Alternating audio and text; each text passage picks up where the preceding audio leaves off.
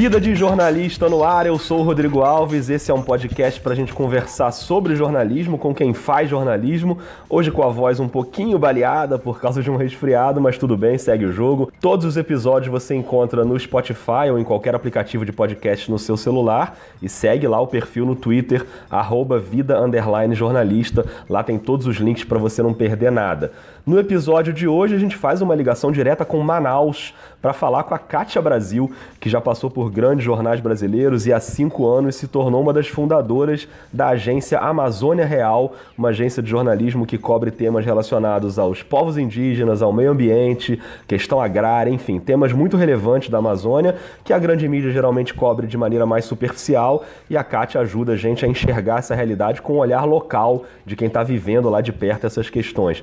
Kátia, tudo bem com você? Muito obrigado, seja bem-vindo ao podcast. Obrigada, Rodrigo, por essa oportunidade e também quero agradecer aos ouvintes do podcast. Também dizer que é uma satisfação, né, falar um pouco do trabalho da Agência Amazônia Real aqui direto de Manaus. A satisfação é toda nossa, eu que te agradeço. As reportagens da agência estão no portal amazoniareal.com.br, tem o Twitter também, o @amazônia_real. E eu queria que você começasse, Kátia, explicando pra gente qual é a proposta da agência, como vocês conseguem cobrir com tanta abrangência e dessa maneira independente, né, esses assuntos tão importantes. Então, a Agência Amazônia Real surgiu em 2013, naquele momento em que o Brasil estava vivendo uma efervescência política, em que se discutia vários temas, né, de discordância da população, como o transporte, a questão da segurança, né, a população foi para as ruas fazer protesto, e nós vimos ali, naquele momento, que as questões da Amazônia, desmatamento, de povos indígenas, eles estavam ali também naquelas manifestações, mas não tinham voz. Você viu tudo que foi produzido, né, durante aquelas manifestações no Brasil inteiro e particularmente nas cidades da Amazônia, se via pouco as questões, né, dessa região, que é tão fantástica, tem quase 30 milhões de habitantes, né? E se fala muito na grande mídia. E também as 3 fundadoras, que sou eu, as 2 jornalistas também, Eliege Albuquerque e a Elaís Farias, né? Somos todas vindas da mídia tradicional e naquele momento eu e a Elaís fomos demitidas, né? Também estava tendo uma crise muito forte, né? Iniciando a crise no jornalismo, em que as redações estavam demitindo muitos profissionais. Nesse momento, nós nos vimos ali na possibilidade de não voltar para a mídia tradicional e criar algo novo realmente que falasse da Amazônia. Foi nesse momento que nós nos juntamos e passamos mais ou menos 3 meses ali trabalhando e vendo qual o caminho que a gente ia seguir, e também com as inspirações de agências que já tinham sido fundadas no Brasil, como a Agência Pública, né, que é a nossa grande inspiradora do trabalho da Marina Amaral e da Natália Viana, nos inspirou a criar a Agência Amazônia Real. E aí a gente resolveu criar a primeira agência de jornalismo independente e investigativo da Amazônia. Investigativo porque os assuntos da Amazônia eles precisam de tempo, de investigação, eles precisam ser aprofundados, precisam chegar todas as informações e se ouvir muitas fontes para contar uma história como ela tem que ser publicada, né? Enfim, para que o leitor tenha um senso crítico e possa entender tudo o que acontece de uma forma mais abrangente, né? Então a gente realmente se preparou para fazer esse jornalismo, né? E estamos agora completando 5 anos. Legal. E como é que é a equipe de vocês? Vocês trabalham com uma rede de colaboradores muito grande, né? Como é que funciona essa estrutura aí? Quando nós começamos, nós éramos nós 3, né? Depois de 3 meses a Arielle saiu, porque ela resolveu se dedicar à academia, hoje ela é professora de jornalismo. Ficou eu e a Elaís. E nos primeiros 4 meses nós trabalhamos sozinhas e logo de cara a gente teve que cobrir o conflito, que foi um conflito na cidade de Humaitá, quando 3 homens desapareceram numa terra indígena e os índios Teari foram responsabilizados por os crimes, né? Então, nós tivemos ali mais ou menos no dia de Natal, 25 de dezembro de 2013, a gente não teve Natal, não tivemos Ano Novo, a gente se dedicou à cobertura e foi um trabalho super intenso, mas a gente não tinha recursos para pagar os jornalistas. Sim. O jornalista não pode ser voluntário, porque a gente tem, como a gente vem da redação e como a gente trabalhou muitos anos, nos jornais, a gente sabe como é a precarização da profissão e a gente jamais pode não pagar um jornalista pelo seu trabalho. Isso é o que faz o jornalismo ser profissional da Amazônia Real. E aí, depois de um ano, né, que a gente manteve a agência assim, nós dois trabalhando e com alguns parceiros também trabalhando voluntariamente, e os colunistas, que são pessoas especializadas da academia. Nós começamos com 12 colunistas, hoje nós temos mais ou menos uns 8 atuantes, né, que escrevem sobre temas relevantes. Um deles é o Felipe Cansari, que é um cientista muito conceituado, né, do Instituto Nacional de Pesquisa da Amazônia. Temos uma outra colunista, Fátima Guedes, que é de Parintins, que escreve sobre os saberes tradicionais da região, que estão com a gente até hoje, né? Então, a gente passou esse período de um ano ali, trabalhando com os próprios recursos, né? A minha indenização que eu recebi da Folha, eu separei um valor para eu me manter um ano para poder me dedicar a esse projeto. E aí nós apresentamos um projeto para a Fundação Ford, né? Que é a Fundação Norte-Americana, que está presente no Brasil há mais de 50 anos e investe em vários setores, mas ela também tem um projeto específico para o acesso à mídia. E aí nós apresentamos e ficamos mais ou menos 6 meses aguardando a resposta, porque todo o nosso projeto foi aprovado.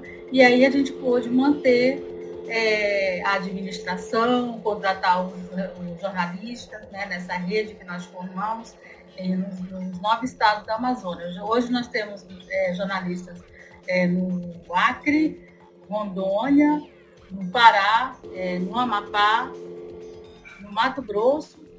Também nós cobrimos o Mato Grosso do Sul por causa da questão dos índios Guarani e Kaiowá, que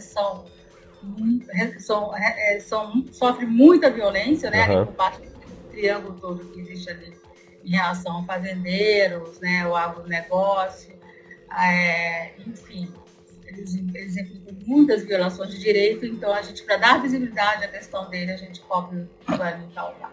Agora, pegando um fato mais quente que está aí na ordem do dia, que é essa questão dos índios Yanomami de Roraima, né, que estão protestando porque o atendimento médico não está chegando e 2 crianças já morreram e eles pararam lá 3 aviões pedindo mudanças. E aí eu vendo as matérias que saem na imprensa tradicional, sempre fico com a impressão de que elas são ou muito curtas ou muito superficiais ou não se aprofundam muito nos assuntos. Como é que você vê a cobertura da grande imprensa em casos como esse, que envolvem população indígena e que são casos complexos, né? Você acabou de definir tudo, é uma cobertura superficial. Nós temos que ver também 2 questões, né? Estão todos muito longe da terra indígena de Yanomami, de Boa Vista, né? Para lá, mais ou menos uns 500 quilômetros, e esse trajeto só pode ser feito de avião, não tem outra forma, certo? Se o jornalista não tiver a autorização da FUNAI, né, para ingressar na terra indígena e a anuência do povo Yanomami, ele não pode chegar lá, bater na porta e entrar na terra indígena. Tem todo um processo, né, de permissões. A Amazônia Real, por exemplo, já passou um ano para fazer uma reportagem com índios do Guarani e Kaiowá, porque a FUNAI demorou esse tempo todo para dar uma autorização. Entendi. Logicamente, a gente sabe que essa autorização demorou tanto tempo assim, porque tinha uma certa pressão da FUNAI na direção que estava naquele momento, né, e não mostrar esse tema, que no caso foi o agrotóxico, que contamina os povos indígenas Guarani e Kaiowá, lá de Mato Grosso do Sul. Então, assim, o jornalista enfrenta essas dificuldades todas, essas pressões, né? Eu, por exemplo, cobri o massacre dos índios Yanomami em 1993. E a ocasião em que vários indígenas foram mortos, um ataque de garimpeiros, e a imprensa mundial foi para lá, certo? Então, quando os assuntos crescem dessa forma, são mega, né, coberturas, aí sim explode a cobertura se tem várias facetas do mesmo tema. Quando são temas assim menores, né, que não houve morte, né, não houve, quer dizer, morreram 2 crianças, mas não morreram 40, né? Então, assim, a imprensa, ela modula muito por isso, né? Não morreu tanta gente, então, por quê? Tem outra coisa que pesa, o custo da viagem, né? Nós estamos falando sobre isso. Um avião para alguns determinados locais custa R$9.000. Pois é. Uma viagem de voadeira, né? Que é aquela canoa de alumínio, que é um motor bem potente, que é 40 HP mais ou menos, uma viagem de ida e volta custa R$ 4.000. Então, como as empresas estão todas com poucos recursos para viagens, né? Ninguém viaja. Então, eles vão fazer a matéria ali, ouvindo a FUNAI em Boa Vista, ouvindo alguma organização. Os Yanomamis, eles têm uma associação lá em Boa Vista, então eles se mobilizam rápido para dar as informações de lá e ficam lá mesmo. Você não tem imagem, a não ser que os índios mesmo fotografem ou tirem imagens com os celulares, que isso é uma coisa que facilitou muito a nossa cobertura, né? A gente trabalha muito com imagens dos próprios indígenas, fotografias que eles mesmos produzem, né?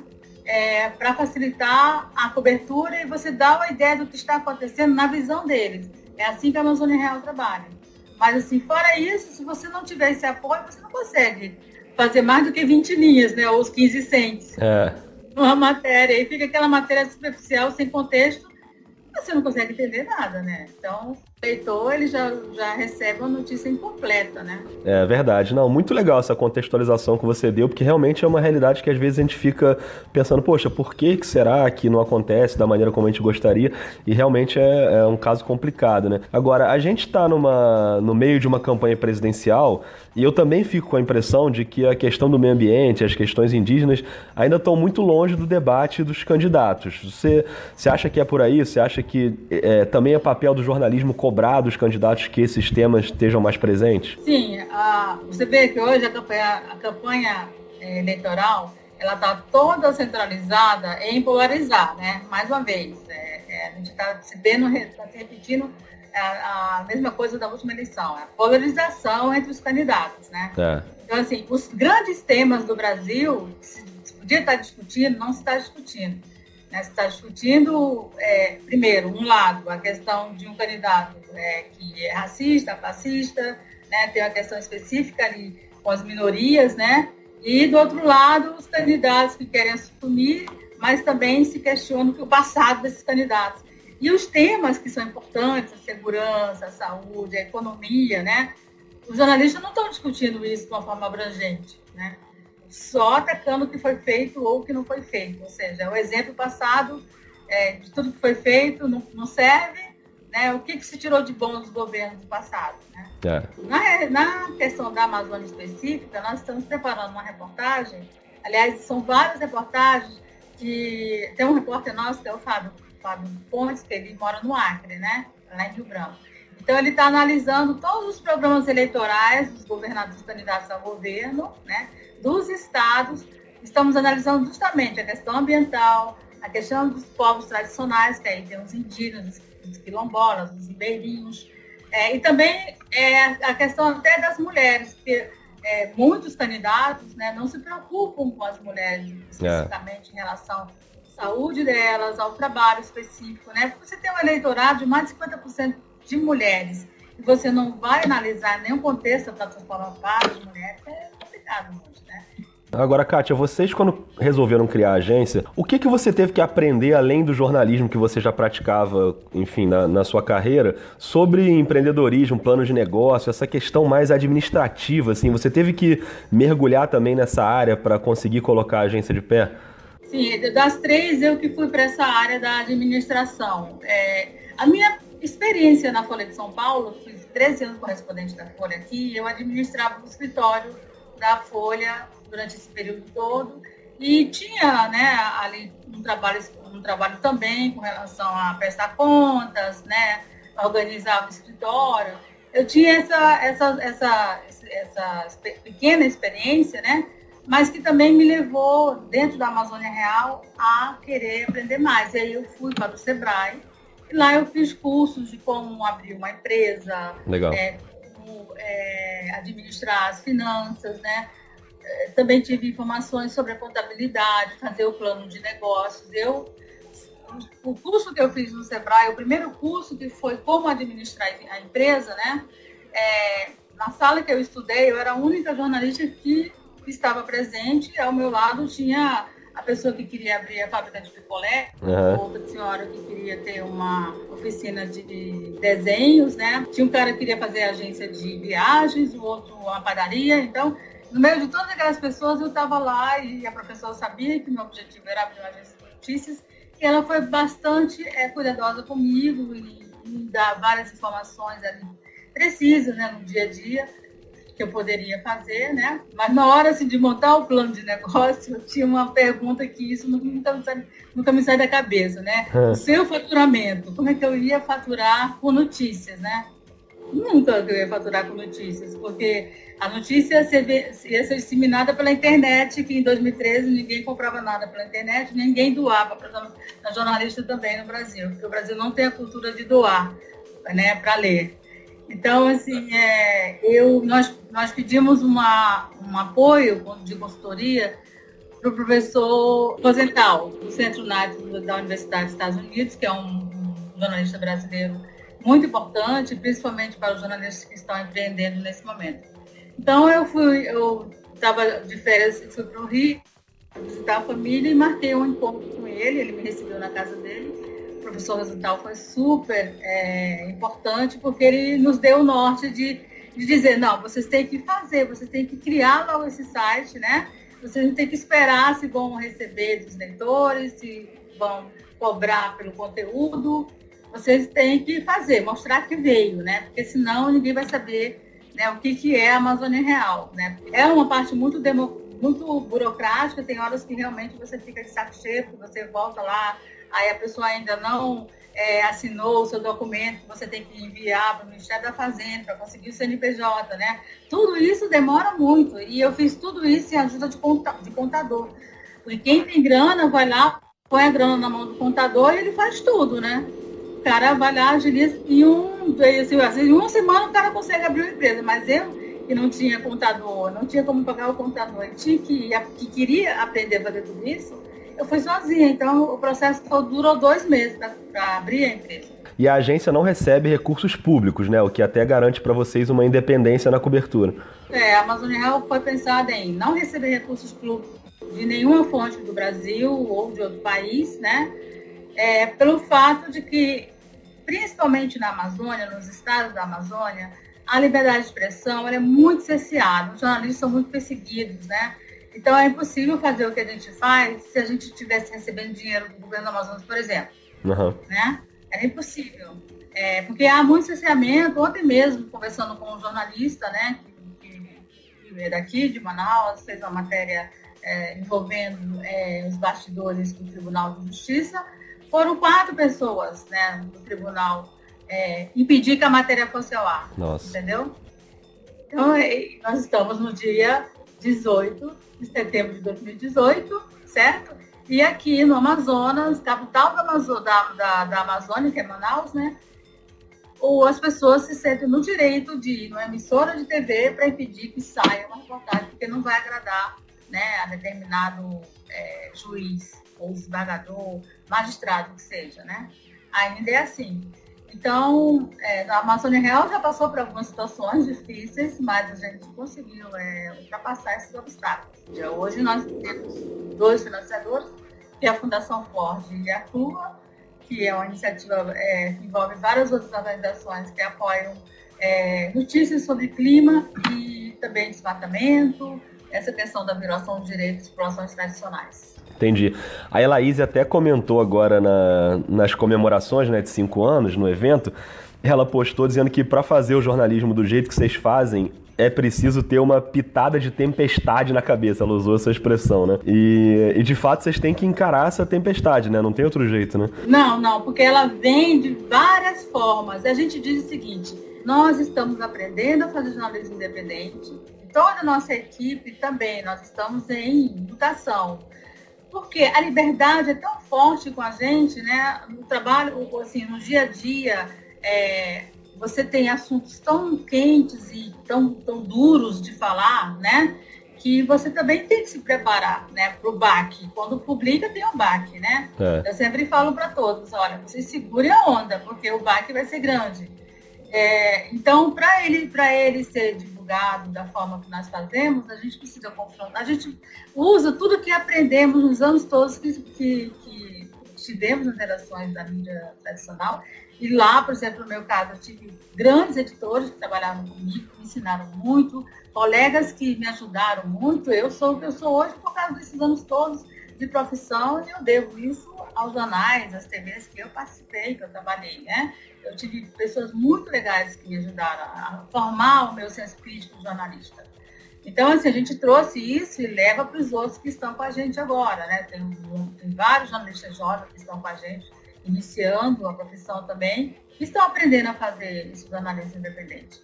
Mas a gente tem muita responsabilidade, né? E também muito critério e ética para não divulgar também coisas que afetam as pessoas diretamente, né? Assim, tirando do contexto, né? A gente não faz aquele jornalismo simplesmente para atacar, né? Sem responsabilidade. Ao contrário, a gente tem muita responsabilidade. Então, a gente, por exemplo, quando tem que ouvir os governos, ouvir as organizações, a gente ouve, a gente procura da mesma forma como fazíamos antes na imprensa tradicional, e todos nos respondem, né? Desde o Ministério Público, a Presidência da República, aos ministérios em Brasília, aos governos em outros países também, todos nos respondem, porque a gente conquistou uma credibilidade, né, no trabalho. Você já, como você falou, né? Você passou por Globo, Estadão, Folha, você se formou em jornalismo aqui no Rio de Janeiro e você ganhou um prêmio ESSO de jornalismo, né? Pela Gazeta de Roraima, por uma reportagem chamada Bandeira do Brasil hasteada na fronteira. Eu fiquei curioso para saber sobre essa reportagem. O que foi essa matéria? Então, essa reportagem já foi feita em 1991. Eu me formei em 1990, então eu tinha um ano de formação, né? Eu fui para Roraima porque participei de uma seleção, foi aberto um jornal lá e eu ganhei a vaga, né, para ser repórter. Cheguei lá, não conhecia ninguém na cidade, né, e tive o prazer de conhecer alguns jornalistas bem importantes para mim. Um deles é o Plínio Vicente. Foi o cara que me ensinou a fazer correspondência, que eu não sabia, né? E a minha primeira pauta como correspondente lá em Boa Vista foi justamente cobrir a ida do Lula para falar com alguns sindicalistas, porque ele tinha acabado de perder a eleição para o Collor, o Collor era o presidente da República, né? E eu fiz essa cobertura e a matéria foi para o Globo. E daí eu comecei a fazer correspondência. Depois eu saí do jornal Estado de Roraima, onde eu trabalhei durante 9 meses, né? Não sabia de quem era o jornal era do senador Romero Jucá. Nossa. Na época ele era candidato ao governo de Roraima e perdeu. Foi um jornal criado para sustentar a campanha eleitoral dele, que era um sustentáculo de um político, né? Uhum. Durante o processo da cobertura jornalística, o jornalista que ele contratou, nenhum recebeu remuneração devida. Nós tivemos que entrar com uma ação na justiça. Foi a minha primeira ação trabalhista contra uma empresa e ganhei essa ação. E aí depois, naquela de voltar para o Rio, né, e tentar conseguir algum emprego lá, e também me interessar pela correspondência, eu fui para o Rio, vi que a situação continuava difícil para jovens jornalistas, né? O mercado estava muito fechado. E aí eu passei em Brasília, conversei com o Masclânio Selene, que era o coordenador dos correspondentes, né? E aí nós fechamos uma parceria para eu ficar como correspondente do Globo lá em Boa Vista. Legal. E aí, nesse meu tempo, Plínio Vicente e o Fernando Quintela, que é um jornalista carioca também, que mora lá em Boa Vista há muitos anos, eles resolveram renovar o projeto editorial da Gazeta de Roraima. Era um jornal que saía todo dia, então eles resolveram fazer uma espécie de revista, sair uma vez por semana com matérias especiais, e me convidaram para trabalhar.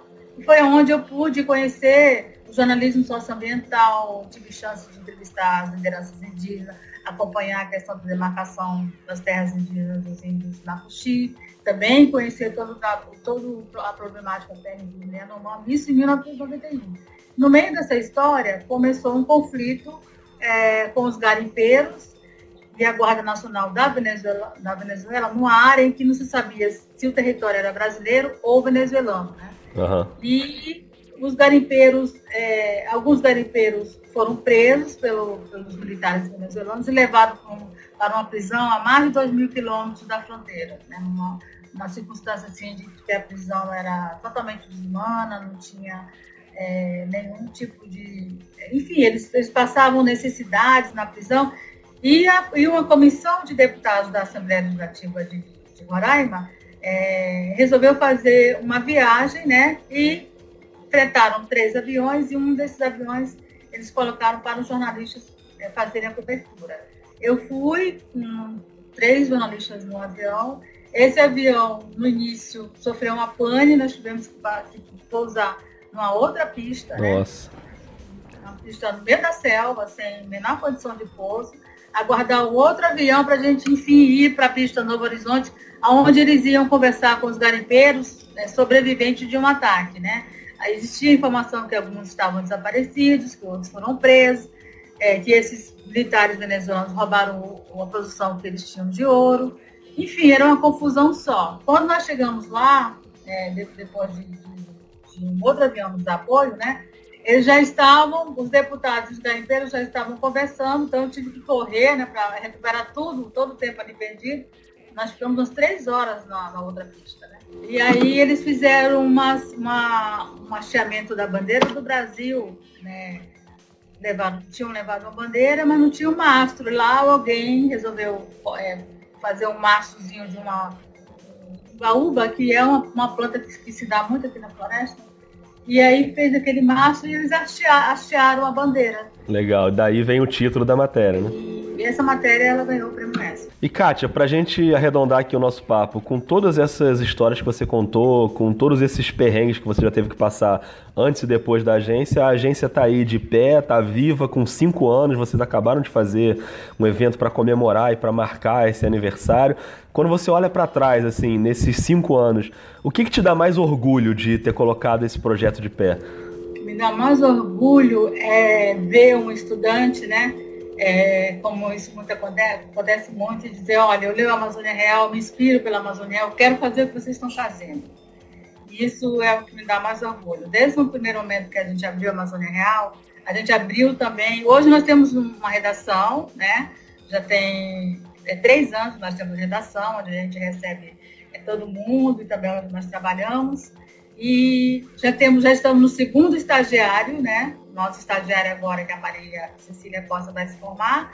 E o primeiro estagiário foi da Universidade Federal de Roraima e o segundo da Universidade Federal do Amazonas, né? Nós vamos rodar os estagiários nos estados também para poder trocar justamente essa experiência com eles. O que é mais gratificante é isso, ver os estudantes, né, estudando a Amazônia Real, tem gente fazendo projetos de TCC, mestrado, doutorado, tem gente aqui no Brasil, tem em Portugal, tem na Europa, entendeu? Que estão estudando esse novo jornalismo. Quando o professor Rosenthal fala que o novo jornalismo, ele é empreendedor, ele é inovador, né? É tudo isso, né? E mais um pouco, mais o principal, que é o bom jornalismo, né? Que é a essência do bom jornalismo, é o que nós estamos praticando, e isso é muito gratificante. Que legal, que legal. Bom, então, queria te agradecer muito, Kátia, porque agora quem está ouvindo já conhece todos os bastidores, então é só ir lá no amazoniareal.com.br, o portal é super agradável de encontrar as matérias, super fácil, tudo bem dividido por temas, então fica essa dica para quem ainda não conhece, dá uma olhada no site para consumir esse material que é de altíssima qualidade. E eu queria te agradecer muito, manda um beijo também para a Elaíse, que toca esse barco aí com você, e que vocês continuem esse grande trabalho. Obrigado pelo papo, viu, Kátia? Eu que agradeço, Rodrigo, e chamo também para todos visitarem amazoniareal.com.br. Nós estamos no Facebook, no Instagram. E aqui em Manaus, quem vier para Manaus até o final de setembro, nós estamos com a exposição de fotografia na galeria do Instituto Cultural Brasil e Estados Unidos. São 25 fotos de um projeto que está em andamento, que é o projeto Olhando por Dentro da Floresta, que nós temos o financiamento da CLUA e a parceria do InfoAmazônia, que é uma iniciativa de jornalistas que trabalham com dados, né? Então, fiquem de olho que a gente está sempre publicando as matérias desse projeto. A gente já publicou uma sobre a BR-219, que foi um vídeo, e agora, nessa semana, agora vamos publicar a matéria. E também estamos no YouTube, com toda a nossa produção de documentários, que vocês podem acessar. Eu agradeço muito, Rodrigo, por essa chance de contar um pouquinho sobre a história da Amazônia Real. A Amazônia Real é uma agência de mulheres, né, feita por mulheres também. A maior parte do grupo é formado por mulheres, mas nós trabalhamos em duplas nos estados para manter uma equidade, né? Uhum. Também trabalhamos a questão de gênero. Então, a gente tem repórteres indígenas, negras, e assim nós fazemos a Amazônia Real, uma agência feminina. Que legal, projeto incrível, eu tô com vontade de voltar a Manaus, falei com a Kátia antes da gente começar a gravar que eu já morei em Manaus quando era menor. A gente recebe jornalistas também para fazer intercâmbio. Legal. E manter esse contato, sempre essa relação. Nós temos muito contato com aqueles jornalistas que viajam pela Amazônia, né? Sim. A Maria Fernanda Ribeiro, por exemplo, que ela tem um blog chamado Eu na Floresta, no Estadão, ela também faz matérias para a gente, nós fazemos intercâmbio com ela, porque é importante essa relação, né? De ter várias pessoas com vários olhares. E a Maria Fernanda vai estar produzindo um documento especial para a gente, né? Que é sobre os 30 anos do Chico Mendes, que vem por aí também. Fiquem aguardando. Que legal, obrigado, Kátia. Assim a gente encerra mais um episódio do Vida de Jornalista. Fica de olho aí no nosso Twitter, no @vida_jornalista, que eu vou colocando lá os próximos episódios. Muito obrigado a todo mundo que ouviu e até mais.